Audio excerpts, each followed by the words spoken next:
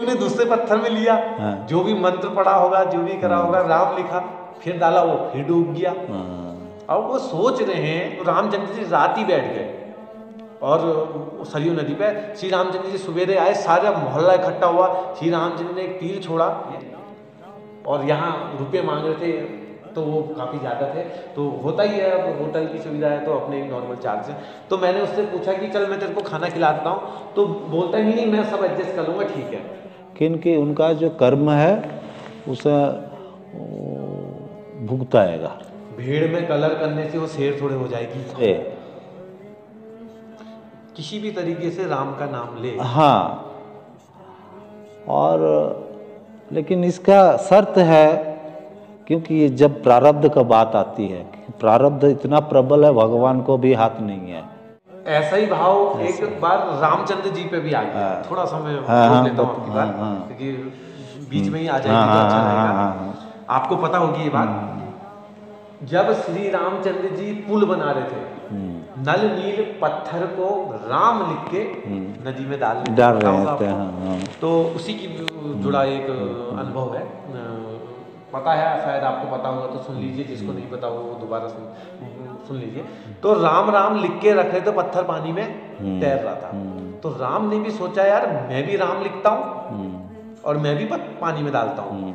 तो राम ने भी पत्थर को मैं राम लिखा और पकड़ा और फेंका, पत्थर डूब गया। तो अब उन्होंने कहा यार कैसे डूब गया? फिर उन्होंने दूसरे पत्थर में लिया, जो भी मंत्र पढ़ा होगा, जो भी करा होगा, राम लिखा, फिर डाला, वो फिर डूब गया। अब वो सोच रहे हैं कि यार ये हो कैसे रहा है, नल नील राम लिख रहे हैं, डाल रहे, वो तैर रहा है। तो कहने का तात्पर्य यह है कि नल नील राम लिख रहे हैं और पानी में डाल रहे तो वो तैर रहा है, क्योंकि वो पत्थर राम से जुड़ा है। लेकिन राम जिस पत्थर में राम लिख रहे हैं और उसको फेंक रहे हैं, तो वो उस पत्थर को अपने से दूर फेंक रहे हैं। अपने से दूर फेंक रहे हैं। जिसको राम ने अपने से दूर फेंक दिया, तो क्या तैर सकता है? कभी नहीं तैर सकता। नहीं, ये बात है। तो वही बात गुरु जी ने बताई कि गुरु कभी अपने नाम से, और राम से भी राम का बड़ा नाम, राम से जी से भी राम जी का नाम सबसे बड़ा है, राम से भी राम का नाम बड़ा है, कहने का था। मैंने छोटी सी कहानी एक दिन 4 बजे सुनाई थी, मैं संक्षिप्त में सुना देता हूँ कि एक बार हनुमान जी से एक गलती हो गई। हनुमान जी ने जिस गलती का अगर किसी और से होती तो उसका वो था मृत्युदंड, सजा। तो हनुमान जी को रामचंद्र जी ने बोल दिया कि तेरे को मैं मृत्युदंड दूंगा, और सब हनुमान जी से चिढ़ते थे, क्योंकि कुछ ना कुछ कर ही देते थे हनुमान जी, किसी का कुछ वोट दिया, किसी का कुछ कर दिया, सब रुष्टे रहते थे। तो हनुमान जी ने कहा ठीक है, मेरे को मृत्युदंड दे देना। रामचंद्र ने कहा कल सवेरे तेरे को सरयू नदी के किनारे में तीर मार के मृत्युदंड दे दूंगा। तो रामचंद्र जी रात ही बैठ गए और सरयू नदी पे श्री रामचंद्र जी सवेरे आए, सारा मोहल्ला इकट्ठा हुआ। श्री रामचंद्र ने एक तीर छोड़ा, हनुमान जी पे मारा, तो हनुमान जी को लगा, लेकिन हुआ कुछ नहीं। उसके बाद फिर दूसरा तीर मारा, हनुमान जी को लगा, लेकिन हुआ कुछ नहीं। अब सब लोग बोलने लगे कि ये तो तुम्हारा भक्त है, तुम कैसे इसको मार रहे हो? तो हाँ, तो श्री रामचंद्र जी का ये मरेगा ही नहीं। क्यों? क्योंकि हनुमान राम राम राम राम राम राम का जाप किया कर, मेरे से भी बड़ा मेरा राम नाम है। मेरा नाम जिसने ले लिया वो कभी मर नहीं सकता। तो ये चीजें होती। तो हम वहां पर थे कि गुरु डूब गया। तो गुरु डूब गया, तो इसका तात्पर्य वही हुआ कि भाई तुम भगवान का अंश हो, तुम उन्हीं का दास हो, और उनका प्रतिनिधित्व कर रहे हो। जैसे भोलेनाथ जी राम का नाम जपते हैं, और राम जी हरिओम जपते हैं, हरिओम जी ब्रह्मा जपते हैं, तो ये 3 सर्कल में जपते रहते। वो उनके गुरु हैं, वो उनके गुरु हैं, वो उनके गुरु हैं, वो उनके गुरु। इसीलिए अगर ये 3 के दिन अपने को बड़ा समझने लग गए, तो अपने को भगवान मत बनाओ, भगवान का दास होके रहो, है ना। अच्छा, एक बात और अब क्वेश्चन पूछ लेता हूँ, जो समस्या लोगों की है, जैसे आपने बोला ना कि किसी का बच्चा नहीं हो रहा है, कोई कर्ज में डूबा है। इस बीच मेरे पास कर्ज में बहुत डूबे हुए लोग आ रहे हैं। परसों मेरे को एक कॉल आता है कि मैं 30 मिनट में कैची धाम पहुँच रहा हूँ। मैंने कहा 30 मिनट में कैची धाम? मैंने कहा मैं तो काठगोदाम। अरे मैं काठगोदाम ही पहुँच रहा हूँ। मैंने कहा ठीक है। मैं काठगोदाम वो पहुँचे तो मेरे को कॉल आती है, मैं रूम में था अपने, तो मैंने कहा ठीक है, मैं काठगोदाम तुमसे मिल जाता हूँ। जैसे ही मिला तो मुझसे बोलते हैं कि यार, अपने अनुभव बताते हैं कि मैंने अपने साले से कहकर एक व्यक्ति को 1 लाख रुपए का वो करवा दिया, दिलवा दिए। अब वो जो रुपया देने वाला है वो कह रहा है कि तू उखाड़ ले जो उखाड़ना है, देने को तैयार नहीं है। उसकी आंख में आंसू थे। वो कहती धाम आया था। मैंने कहा रात कहाँ गुजारी?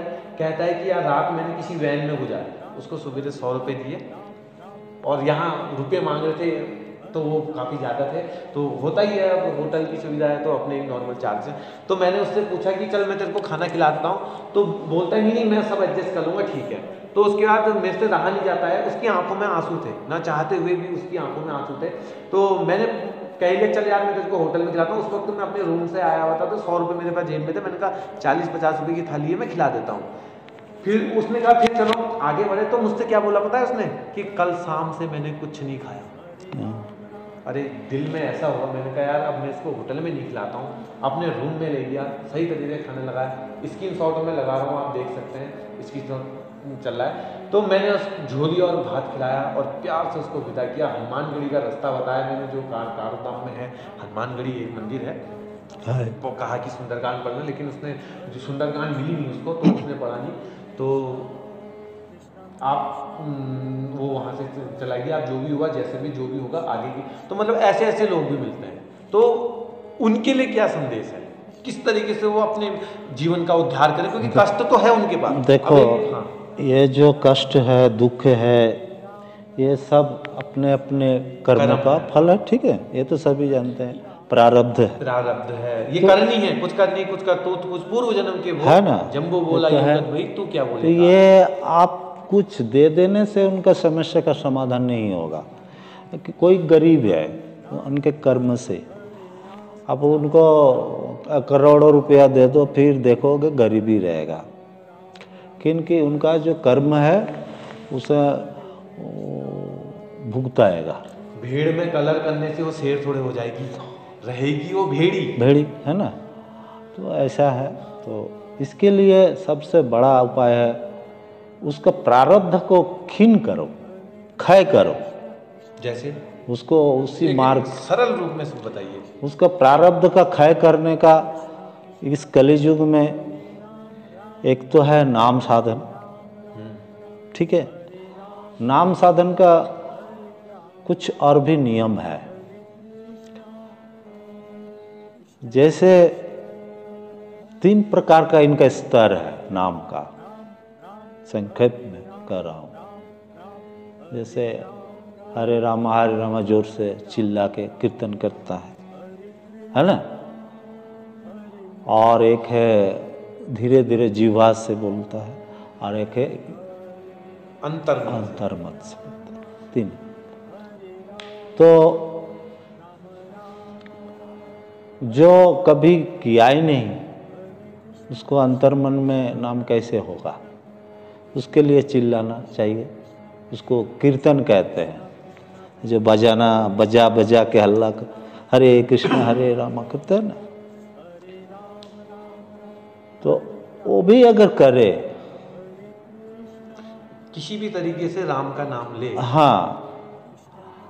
और लेकिन इसका शर्त है, क्योंकि जब प्रारब्ध का बात आती है, प्रारब्ध इतना प्रबल है, भगवान को भी हाथ नहीं है, उनका भी इसके ऊपर जोर नहीं चलता, उनको भी भोगना पड़ता है। तो हम लोग क्या है, बड़े बड़े महापुरुष को भोगना पड़ा। हाँ? प्रारब्ध। जिसने गलती करी नहीं, खुद का गलती नहीं है, तुम्हारा गलती है तो उसको लेना पड़ता है। परमहंस का क्या गलती था? जिसने माँ को साक्षात्कार किया। गलती होता तो साक्षात्कार नहीं होता। अगर थोड़ा भी कुछ गलत है तो उसको भगवत प्राप्ति नहीं होगा। संपूर्ण क्लियर होना पड़ता है यहाँ, तब जाके आईना पुरुष का, आईना का दर्पण जो है पूरा सच होना चाहिए, तब मुखड़ा दिखाई पड़ता है। ईश्वर दर्शन क्या है?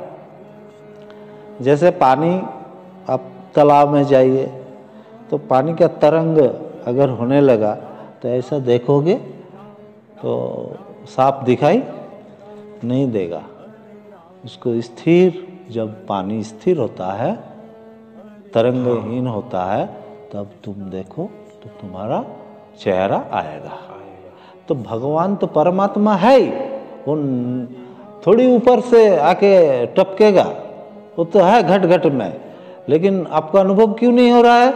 मन में जो हलचल है, तरंग है, चंचल है, अस्थिर है, भोग वासनाएं हैं, उसको चंचल करके रखा है। पानी की तरह वो जब शांत हो जाएगा तब आपसे ही परमात्मा प्रकट हो जाएगा, तुमको दिखने लगेगा। ये है बात।